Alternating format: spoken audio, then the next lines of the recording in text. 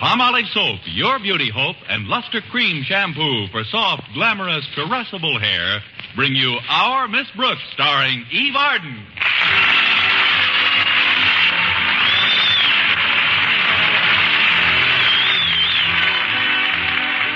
Our Miss Brooks, who teaches English at Madison High School, has always hoped that someday she would head her department. But with Mrs. Emma Finch holding down the job for the past 5 years, it didn't look like Connie Brooks would ever get a crack at it until last week. It was right before the final exams that Mr. Conklin, our principal, told me Mrs. Finch was not only retiring from the position, but actually leaving the school. When I asked him why, he blushed and replied, because it's best for all concerned. Oddly enough, it was our bashful biology teacher, Mr. Boynton, who finally told me the reason. We were alone in his laboratory at the time, and he said, Miss Brooks, Mrs. Finch is going to have a B.A.B.Y. I guess he put it that way so as not to embarrass some young rabbits who were listening. Anyway, Friday morning at breakfast, I was talking to my landlady, Mrs. Davis, about it. Well, what do you think, Mrs. Davis? Do you suppose I'll get the job? I can't see any reasons why you shouldn't, Connie. Honestly? But can you see any reasons why I should, Mrs. Davis? No, I can't see any of those either. It's up to Mr. Conklin to recommend the new department head to the Board of Education, isn't it? Yes, it is.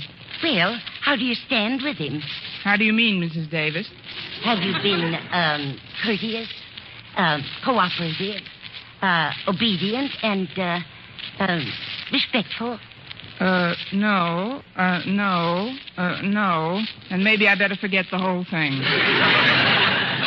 Of course, it's not entirely up to Mr. Conklin's opinion of me personally. My work's got something to do with it, hasn't it? Frankly, Connie, your work should have everything to do with it. That's what I say. Maybe I better forget the whole thing. Are there any other English teachers at Madison who have been there as long as you have? Let's see. Yes, Miss Enright's been there about the same length of time, and she's been quite friendly with the Conklins, too. Of course, I have Mr. Conklin's daughter, Harriet, in my class, and we're great friends. But then that wouldn't influence Mr. Conklin any. Although Harriet's a pretty good pupil, thank goodness, and her marks have all been exceptionally high. That might count for something with the old... I wonder if he'll make his decision right away. He might leave the position open for a while. I wish I knew. But then there's no sense in brooding about it. I'm either to be head of the department or I'm not to be. Oh, thanks for reminding me, Connie. I must get 2 tickets for Hamlet today. I promised my sister Angela I'd take her to see it. Of course, even if I forgot about it, she'd probably never even mention it. She's so absent-minded, poor thing. The older she gets, the more forgetful she is. How old is she now, Mrs. Davis? Who?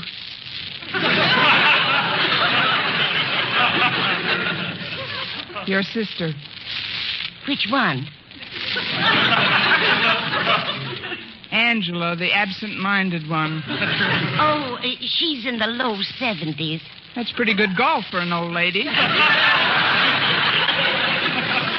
Oh, Angela's not half as bad as my brother Victor. He's so forgetful sometimes. Why, do you know, Connie, he can be talking to you about something and right in the middle of the sentence get off on another topic altogether. Really? Yes, it's quite disconcerting, but I guess it's just something that scrambled, boiled, or fried, Connie. Well, I suppose you just have to... What? Your eggs, dear. How would you like them? I'd like them introduced into the conversation a little earlier. But now that you bring it up, Mrs. Davis, I'll take them any way you want yours. Good. Then we'll both have oatmeal. That's the only way to eat eggs. And whatever you do, don't miss snake pit. Where's the coffee, Mrs. Davis? It's right here, Connie. I'll pour you some. Thanks. You know, it isn't just the extra salary that makes me so anxious to head the English department. It's the additional income. How much of a raise will you get, Connie? Oh, I'm not certain of the exact amount, Mrs. Davis, but it's well over $9 a month. Just think, I won't have to put newspapers in my shoes when the soles wear out. Now I can use magazine paper. You mentioned a Miss Enright before, Connie. Is that the rather snooty teacher you told me about? That's her, Mrs. Davis. And if she gets that job as head of the English department, she'll be impossible.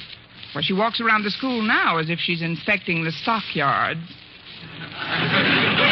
way she talks to people. Why, darling, you look positively chic. I mean, just too terribly soigné. It's sickening. Oh, then don't eat any more oatmeal, dear. Just finish your coffee. You've been derailed again, Mrs. Davis. Let me help you back on the track. I'm talking about Miss Enright, a rival English teacher. She's got me worried. Oh, don't worry about her, Connie. I'm sure her baby will be a fine, healthy specimen. She isn't the one who's going to have the baby, Mrs. Davis. Well, that's a shame. I think the mother should always take care of her own baby, no matter what. It's Mrs. Finch who's having the baby. Who? Mrs. Finch. Oh, well, that's a very nice name for a baby. Now, if you'll excuse me, Connie, I'd better clean up the dishes. All right, Mrs. Davis, you clean up the dishes, and I'll clean up the conversation by myself. I'd help you in the kitchen, but I've got to get ready to go to school. Walter Denton's picking me up any minute. Oh, Walter's such a nice boy. It's a pity he's not a more brilliant student. But I think I know what his trouble is, Connie. Lack of concentration. Concentration? Yes. If he would just concentrate on one subject at a time. You see, he's the kind of a boy who... Well, he's the type that... Connie? Yes? What were we talking about? Walter Denton. Oh, he's picking you up this morning, isn't he? What happened to your car, Connie? You just got it out of the repair shop. I know, Mrs. Davis, but I took it out the night of the big freeze. And? It froze. I did try to warm it up a little. I poured some boiling water into the radiator, but then the engine made the strangest sound. What kind of a sound, Connie? Well, I may be wrong, Mrs. Davis, but I'd swear it said, "Why don't you get yourself a bicycle?"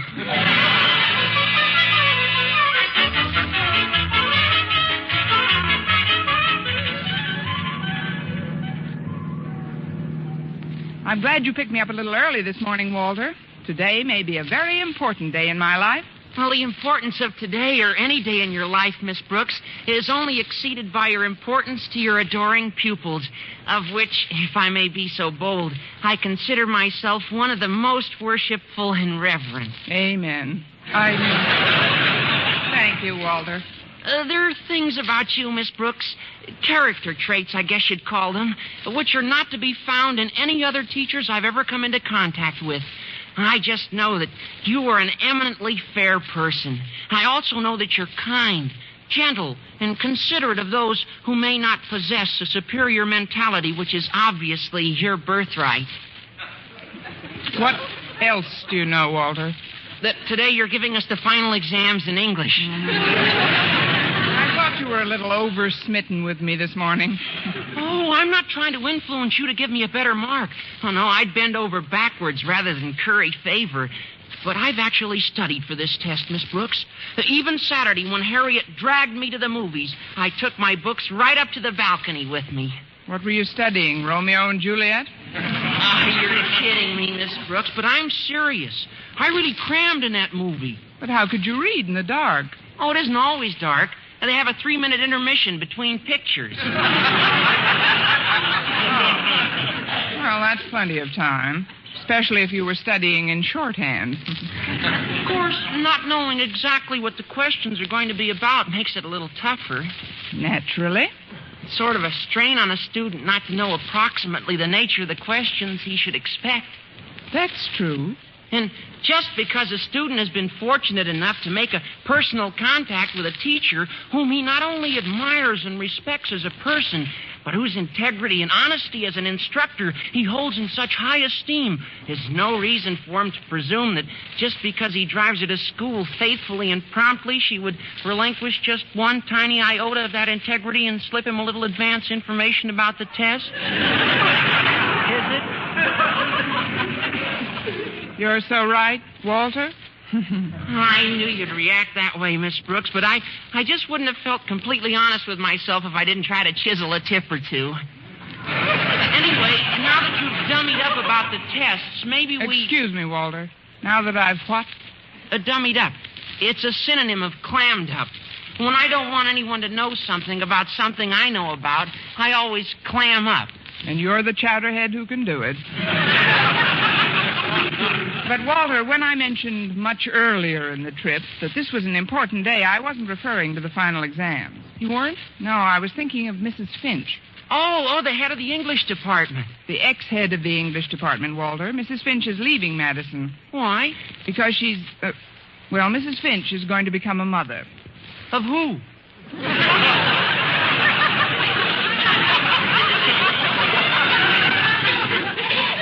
Now, that's a fair question. Of her son or daughter, as the case may be. I didn't know Mrs. Finch had any son or daughter. Walter, you're not related to Mrs. Davis, are you? Oh, no. No, of course not. She's just absent-minded. Look, Walter, what concerns me at the moment is whether or not I have a chance to replace Mrs. Finch as head of the department. A chance? Why, you're a standout, Miss Brooks. You've been teaching at Madison long enough to be the principal. I mean, Mr. Conklin should certainly choose you over anybody else. How about Miss Enright? Oh, gee, I forgot about her. Now, she's even older than you are, isn't she? Oh, in point of service, that is. Oh, I'm glad you tagged that on, Walter. Nobody could be older than me in years. Not this morning, anyway. Oh, don't you worry about it, Miss Brooks. But why don't you see Mr. Conklin when we get to school and have a little chat with him? You know, turn on the charm, sort of. You mean butter him up? Butter him up?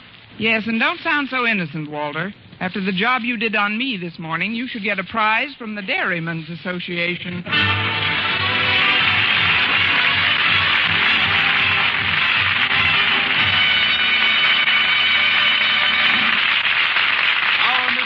Starring Eve Arden will continue in just a moment. But first, here is Vern Smith. Regardless of age, skin type, or previous beauty care, doctors prove you, too, may win a lovelier complexion with Palmolive soap. But to win this lovelier complexion, you must stop improper cleansing. Instead, use Palmolive the way doctors advised. 36 doctors, leading skin specialists, advised using Palmolive soap this way for 1,285 women with all types of skin. Young, old, dry, oily, normal. And using Palmolive soap alone, nothing but Palmolive, 2 out of 3 won lovelier complexions. Oily skin looked less oily. Dull, drab skin wonderfully brighter. Coarse-looking skin appeared finer. Even tiny blemishes, incipient blackheads, disappeared or improved. Now, here's what the doctors advised. Wash your face with Palmolive soap 3 times a day. Massage with Palmolive's wonderful beauty lather for 60 seconds each time to get its full beautifying effect. Then rinse. Look for improvement in your complexion within 14 days. For doctors prove this way, using Palmolive alone really works. So forget all other beauty care. Get Palmolive soap and start today to win a lovelier complexion. For loveliness all over, use big, thrifty bath-size Palmolive in your tub or shower.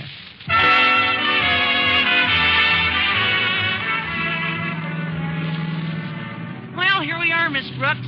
Good old Madison High. You know, every time I look at these hallowed walls, I wish for just one thing. What's that, Walter? I wish I was still home in bed. Especially today with those finals coming up.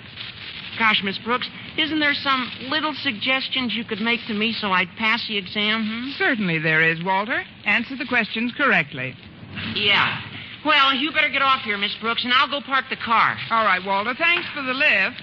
And good luck today. Oh, thank you, Miss Brooks. And good luck with Mr. Conklin. Yeah, I'll probably need it. I hope he's in a good mood this morning. Although why this morning should be any better... Hello, Miss Brooks. Oh, it's Harriet Conklin. Good morning, Harriet. I wouldn't have interrupted your soliloquy, but you look sort of worried about something. Worried? Me? Whatever gave you that idea? Your complexion. It's not as ruddy as it usually is. Oh, that's just from the new powder base I'm using. It's called Elephant Wallow Gray. Actually, though, I do have something on what's left of my mind, Harriet. It's Mrs. Finch. She's leaving the school. Yes, I know. I heard she was going to have a B.A.B.Y. Who told you? Mr. Boynton. That figures. But, Harriet, as you must know, you've always been one of my favorite pupils. I'm glad you feel that way, Miss Brooks. You're my very favorite teacher. Thanks. I'm very fond of your mother, too. I know. And she's terribly fond of you, Miss Brooks. I'm glad. Then there's your father. Yes, I know. Well, Harriet, do you think that I was going to... Well, that is... Well, what are you trying to ask me, Miss Brooks? Do you think he's warm enough for buttering this morning? At least, do you think I should have a little talk with him in his office? About what? Well, somebody's got to replace Mrs. Finch as head of the English department, and I figured... But of course you'll get it. Is that from the horse's mouth or just rumor? I mean, did you happen to overhear anything that... Look, Harriet, I don't want anybody to intercede for me because of any personal relationship we may have built up between us. What I'm trying to say is, well, I wouldn't want any principal's daughter, not even a clever, bright, pretty, industrious, talented, intelligent one like yourself, to become a fifth column for me. Golly, Miss Brooks, nothing I could say would sway Daddy 1 inch. In fact, Mother and I bend over backwards rather than suggest anything about his duties at school. But I'm so sure you're our next head of the English department that I've even written a little poem about it. Care to hear it? Well, if you don't think it'll put the whammy on me. Jinx anything. Listen. To the head of the English department about to be, I present this little tribute to you from me. In class, you're good-tempered and don't fume or fret. But when it comes to our homework, you sure make us perspire. And in the forthcoming exams, whether I'm first or last, my feelings for you will be the same, especially if I've passed. So, Miss Brooks, all hail to the head of the English department about to be. Well, what do you think of it, Miss Brooks? It won't send Carl Sandburg screaming into the hills, Harriet, but it's a lovely sentiment. Now, before I go into your father's lair, office, could you tell me what kind of a mood he's in? Frankly, Miss Brooks, it isn't too good. When the newsboy that delivers our paper came around for the money this morning, Daddy bit his head off. Fine. Then he should be too full to take a bite out of me.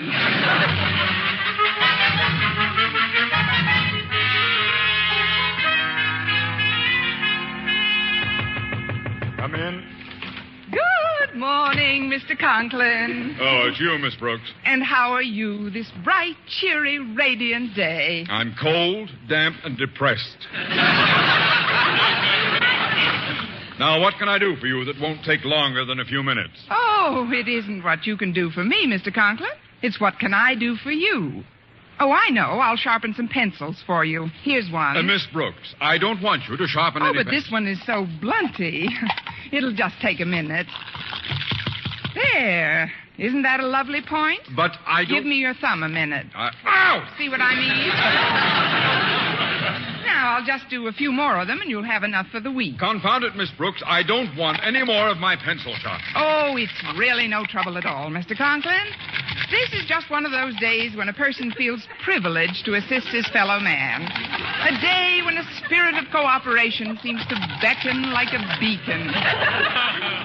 Or a day when Mrs. Finch is leaving Madison and her position as head of the English department. Mrs. Finch leaving Madison? Yes. Yes, Miss Brooks. I think I told you that several days ago. Oh, yes, of course. I've been so busy preparing my final examination papers, it must have slipped my mind. She's going to have a B.A.B.Y., isn't she? Y.E.S. Yes. She is going to have a baby. Well, I just know they'll be happy together. Now, let's see what else I can do to make this office a home away from home for you. I know. I'll just rinse out this pen wiper for you. That happens to be a blue pocket handkerchief I got for Christmas. Must have fallen out of my coat. Oh, then I'll tuck it back in for you. May I say you have a lovely eye for color combinations, Mr. Conklin? It goes so well with this pretty purple tie you've got on. But it seems a little loose around your neck. Let me tighten it a bit. There. Miss Brooks. There, that's better. Now you're both the same color.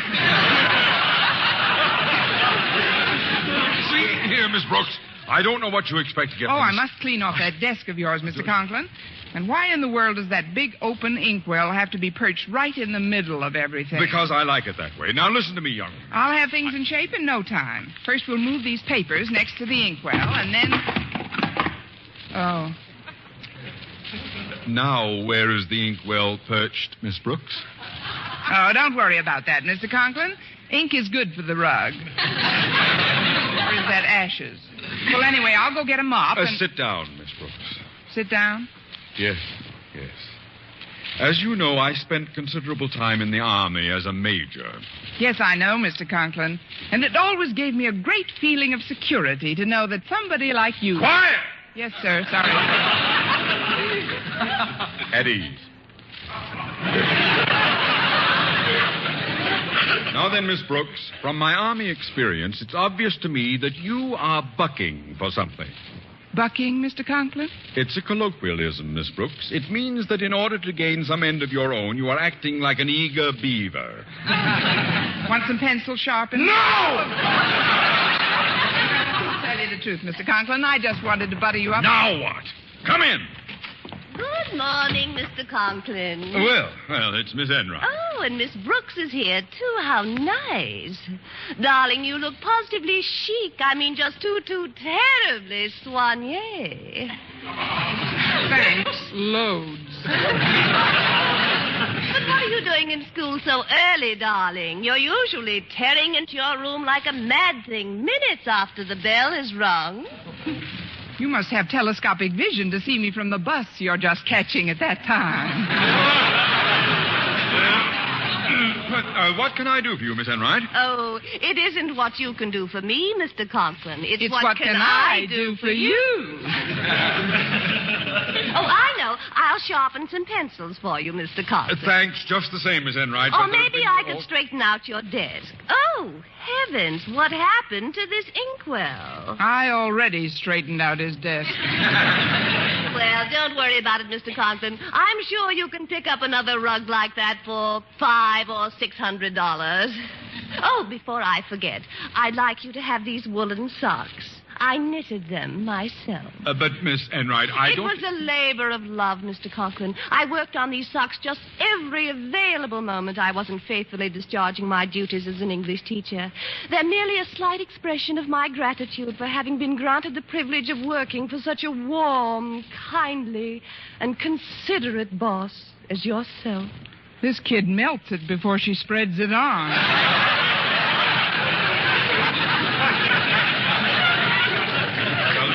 Thank you for the thought, Miss Enright, but with Mrs. Finch leaving Madison and a number of... Is she really?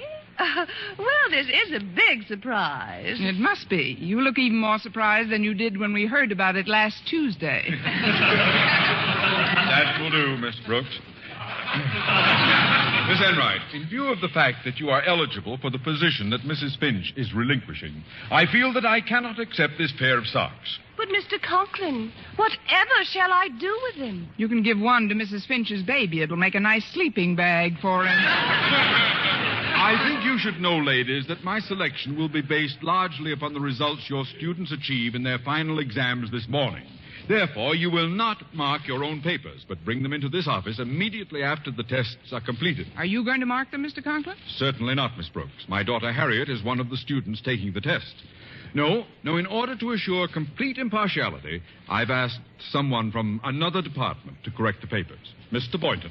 Mr. Boynton? Oh, I know that you see each other socially on occasion, but he's the soul of honesty. And I know that he, like myself, would bend over backwards to see that justice is done. Who's teaching everybody to bend over backwards? Arthur Murray? Well,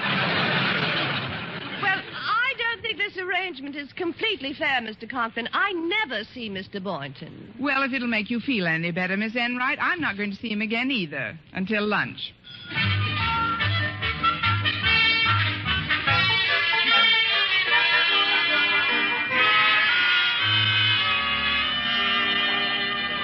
If you'll just tell me what you want, Miss Brooks, I'll take your tray. Oh, I'm too nervous to eat anything right now, Mr. Boynton. I'll wait until I find out the result of this morning's exam. The one you're marking, Mr. Boynton. Oh, Well, that's something I'd rather not talk about, Miss Brooks. You see, I promised Mr. Conklin... I know you've got to be strictly impartial, Mr. Boynton, but couldn't you give me just an inkling of how I'm making out? But I gave my word, Miss Brooks. Just a teensy suggestion of the merest trace of a breath of a hint. But I gave Mr. Conklin my scout's honor. Well, then you might as well get yourself something to eat. Oh, very well, Miss Brooks. And I hope you swallow a merit badge. There you are, dear Mr. Boynton. Oh, hello, Miss Enright. May I share this table with you? The cafeteria is awfully crowded today. Oh, I don't see why not, Miss Enright. I do. Oh, hello, darling. Oh, Mr. Boynton, before I forget, I'd like you to have these woolen socks. I knitted them especially for you. I don't think I should, Miss Enright. You see, I'm still judging your examination papers, but well, thanks just the same. Now, if you'll tell me what you'd like to eat. Well, let me see. Oh, I see they have turkey today. Would you get me a drumstick, Mr. Boynton? Why don't you get 2 drumsticks and put the socks on them?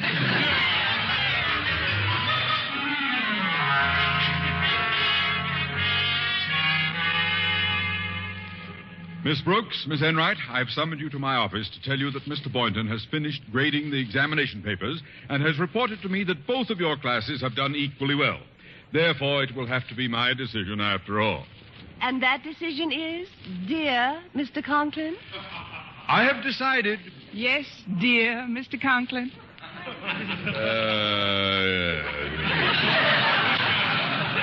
I have decided that for the coming fiscal year, I shall save the Board of Education exactly $9.85 per month. There will be no head of the English department in this school. Why, darling, what in the world are you doing? Just breaking some of the pencils I sharpened this morning.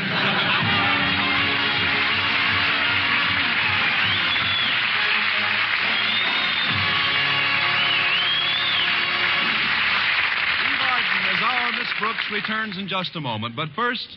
Dream girl, beautiful luster cream girl. Tonight, show him how much lovelier your hair can look after a Luster Cream shampoo. Only Luster Cream brings you Kay Daumit's magic formula blend of secret ingredients plus gentle lanolin. Gives loveliness lather even in hardest water. Glamorizes your hair as you wash it. Luster Cream, not a soap, not a liquid, but a dainty cream shampoo. Leaves hair fragrantly clean, free of loose dandruff, glistening with sheen. Soft, manageable. Gives new beauty to all hairdos or permanents. 4-ounce jar, $1. Smaller sizes, either tubes or jars.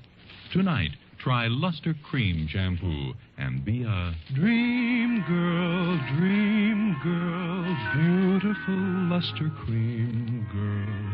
You owe your crowning glory to a Luster Cream shampoo. And now, once again, here is our Miss Brooks. Well, I was a little depressed about not getting the job as head of the English department, but I perked up the following night when Mr. Boynton came by and took me to the movies.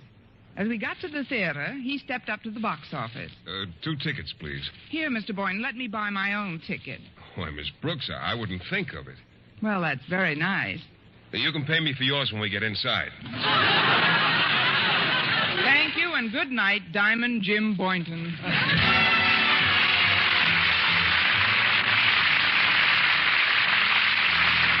Tune in to another Our Miss Brooks show brought to you by Palmolive Soap, your beauty hope, and Luster Cream shampoo for soft, glamorous, caressable hair. Our Miss Brooks, starring Eve Arden, is produced by Larry Burns, written and directed by Al Lewis, with music by Wilbur Hatch. Mr. Boynton is played by Jeff Chandler, Mr. Conklin by Gale Gordon. Others in tonight's cast were Jane Morgan, Dick Crenna, Gloria McMillan, and Mary Jane Croft.